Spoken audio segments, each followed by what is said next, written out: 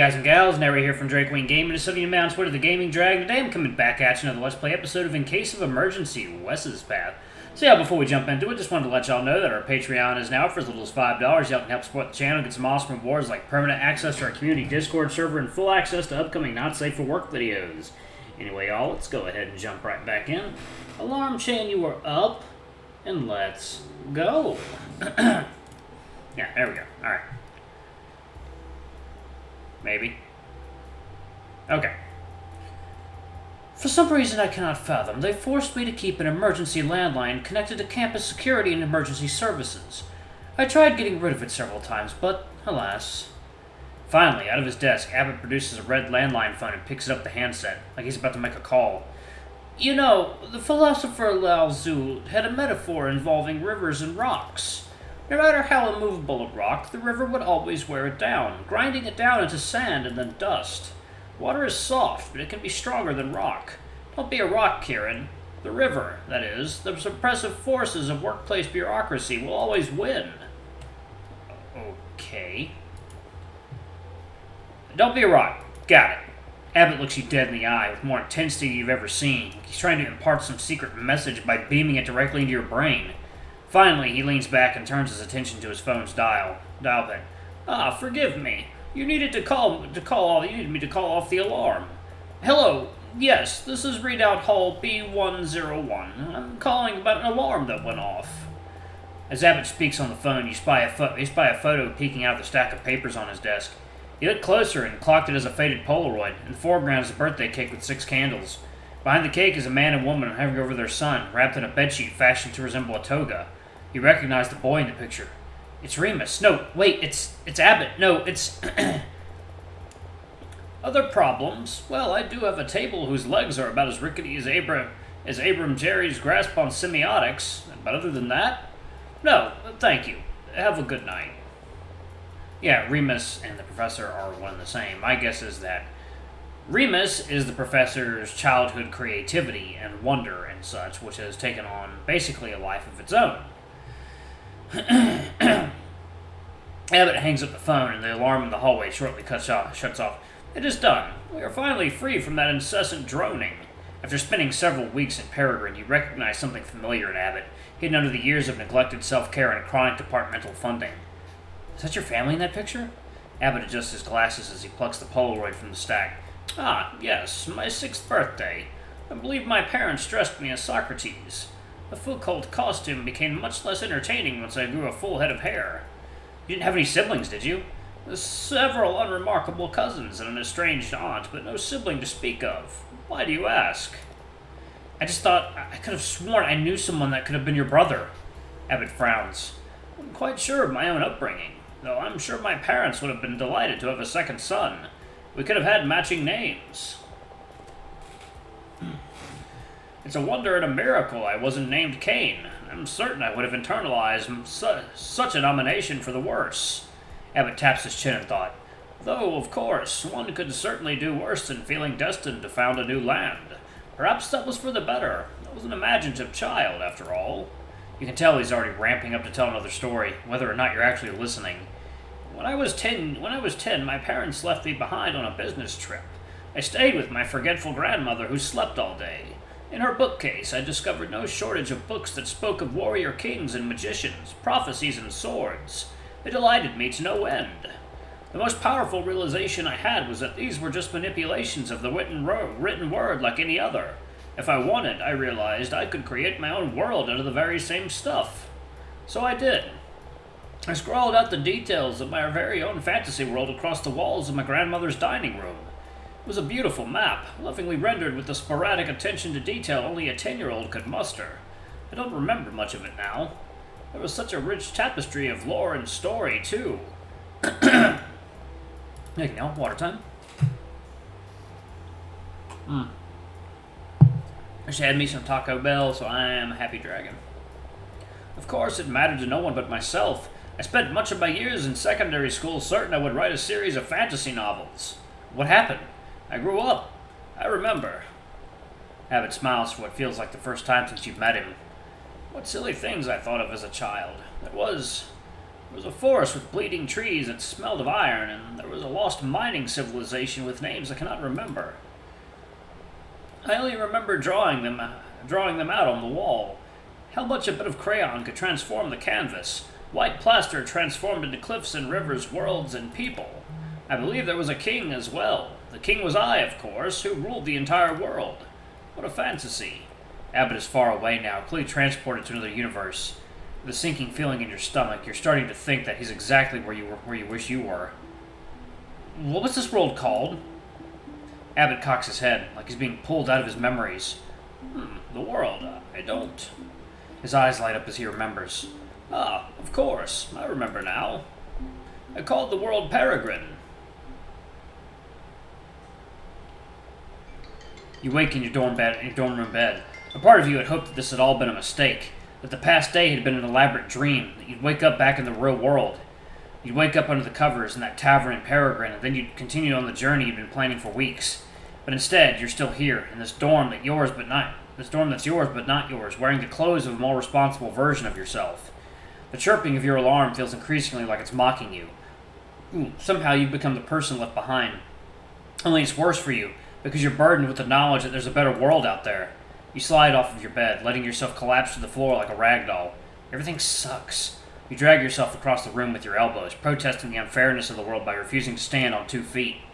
You shuck a proper t-shirt and shorts without getting up, until you have to pull yourself up by holding onto your doorknob and sliding your body upright like a slug along the floor. Life 1, Kieran 0. You walk aimlessly outside without any direction. Maybe you'll join a traveling circus trouper. Maybe you'll be stuck in a cubicle working for the man. Maybe you'll find a sugar daddy with a king for unemployed young adults in an arrested state of development.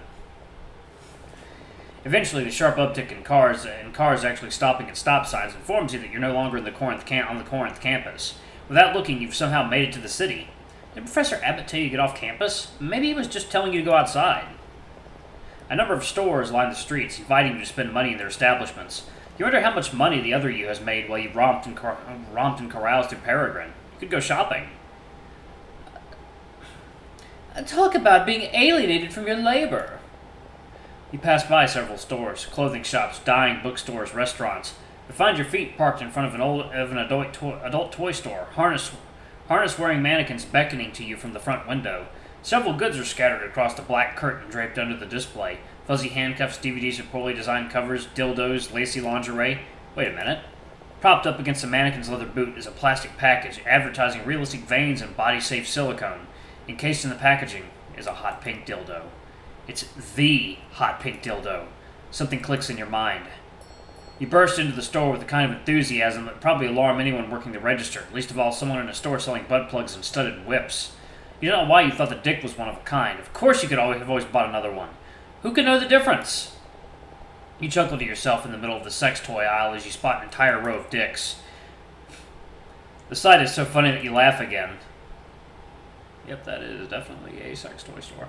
The sight is so funny that you laugh again, and again, and again, until you're having a full-blown laughing fit come breakdown in the middle of the store. Ha, come.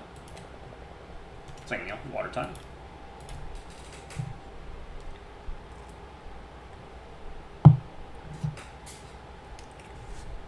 Come on, game. The employee working the register doesn't even blink as he rings up your purchase. I'm sorry about the laugh. I thought it was funny. It doesn't mean anything, you know? I thought it was the most important thing in the world. Then I realized I could have bought it here the whole time.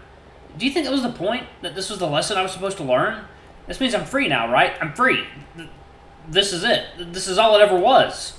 There was never any bigger meaning. It was always just a sex toy from a store, and I'm just a guy with nothing. I'm just a guy. You catch your breath for the first time since you opened your mouth. The cashier stares back at you and blinks. So, did you want a paper bag or a plastic one? Typical. Actual environmental justice forestalled by offloading responsibility onto the individual consumer. You step back into the street, cheap plastic bag swinging in your hands and a shameless smile on your face.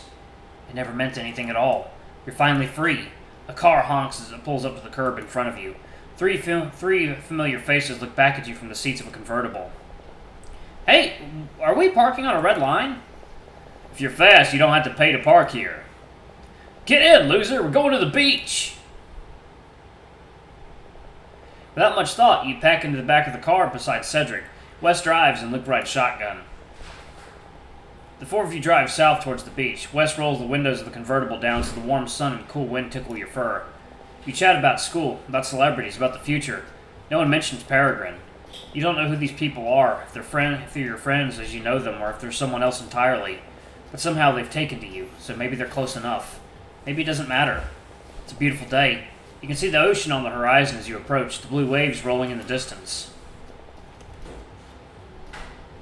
I know the perfect place. Wes pulls off the highway and down a beaten road until he finds a cozy asphalt cove to park in. There's an idyllic, undisturbed inlet here, framed on all sides by shrubbery and mossy cliffs. The air smells like salt and heat. The water is clear and the sand is white. You can't believe this place is empty. Cedric opens the trunk of the car and pulls out a cooler and multicolored beach umbrella. He smiles when he sees you looking. We came prepared! Who is this guy? He can't help but smile back. What about the giant inflatable hamster ball I asked you to bring? No? Dang, I guess we'll have to make do. Wes bounces a volleyball on the sandy asphalt and catches it in his hands, cradling it under an arm. Let's go. I've been wanting to get out of here forever. When you make your way down to the beach, there's already a volleyball net set up in the sand like it's been waiting for your arrival. All of you pitch in to make preparations for the afternoon. Luke sets out the tunnels and Cedric corkscrews the umbrella into the sand. Wes flips open the cooler and groans as he holds aloft a melting bag of ice. We didn't pack any drinks? What? They're under the ice. No, they're supposed to be on top of the ice. Luke and Cedric exchange glances. I thought you were supposed to pack the beers on the bottom. Put the drinks on top. Well, shit. Wes tosses the plastic bag onto the sand. Where's the gas station? There's a gas station like 30 minutes from here. We can go grab drinks there.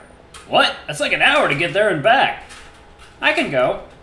You think Wes is going to let you drive his baby? He wouldn't let me anywhere near the steering wheel. It's not my favorite child, so... Come on, that's no fun. Let's make this more exciting. What if we played to see who had to go? 2v2. Losing team picks up a beer. It's not that big of a deal. Really, I can go. Why, chicken? No. What's that? A buck, buck, buck? Come on, man. That's offensive. Second, water time. I don't know what was going on in the background that was causing it to pause a bit. I have a beefy rig. Luke flaps his arms like chicken wings as Cedric tries not to smile. You realize this is a friendly antagonism, not their usual flavor of passive aggression. They're actually friends here. Fine, okay, I'll do it. Yes, teams, everyone! As everyone divides themselves into teams, you're recruited to Wes's side like it's inevitable. Okay, lovebirds, go easy on us here mortals. Your face flushes a little at the label. Do the others think the two of you are together? Don't tell me you're afraid to lose, Luke. Hey, who really loses if I get to drive your car? Don't worry, Wes, I'll be driving. Luke whispers conspiratorially across the court. That's just what I'm letting him think. Wes rolls his eyes as the two of you take your places on the side of the net. You ready, Kieran?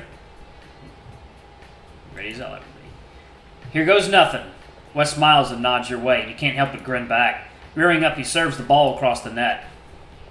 A few rounds in, it quickly becomes clear that you and Wes are going to win. Well, it would be generous to say you and Wes. It's obvious that Wes is the one scoring the points, not because he's a volleyball savant, but because he's taller and has more all-around athletic expertise than the rest of you, which strikes you as unfair in general, but entirely fair in this specific game in which you two are winning. Wes easily blocks another spike from the enemy team and scores another point for your side. Woo! Let's go, team! Wes claps you on the back in an act of friendly camaraderie. He shouts over the net. Come on, you can do better than that. Luke sticks his tongue out in defiance, and Cedric grits his teeth. I call timeout, halftime, whatever, our forces have to regroup. Luke and Cedric huddle together, or rather Luke swings his arm around Cedric's shoulder and forces him into one. Wes tosses the ball from hand to hand impatiently. What do you think they're talking about? How good do we look? Probably how distractingly handsome the enemy team is, preventing them from getting a clear shot. We do look pretty good. The huddle opposite the field breaks apart, and Luke signals to your side to serve. The game goes on like this for a short while. A few more volleys, and it's only a matter of time until your team is a point away from winning. Cedric sends the ball sailing over the net. You go to catch it, but Wes is faster and taller, and he spikes it across the sand, trying to win this game once and for all. Alright, y'all, I'm going to go ahead and pause it right there. Thank y'all so much for watching. Don't forget to like, comment, subscribe, ring that notification bell, and check out our Patreon if you can. It always helps. Anyway, I love you all. I'll see you all in the next video. Bye-bye!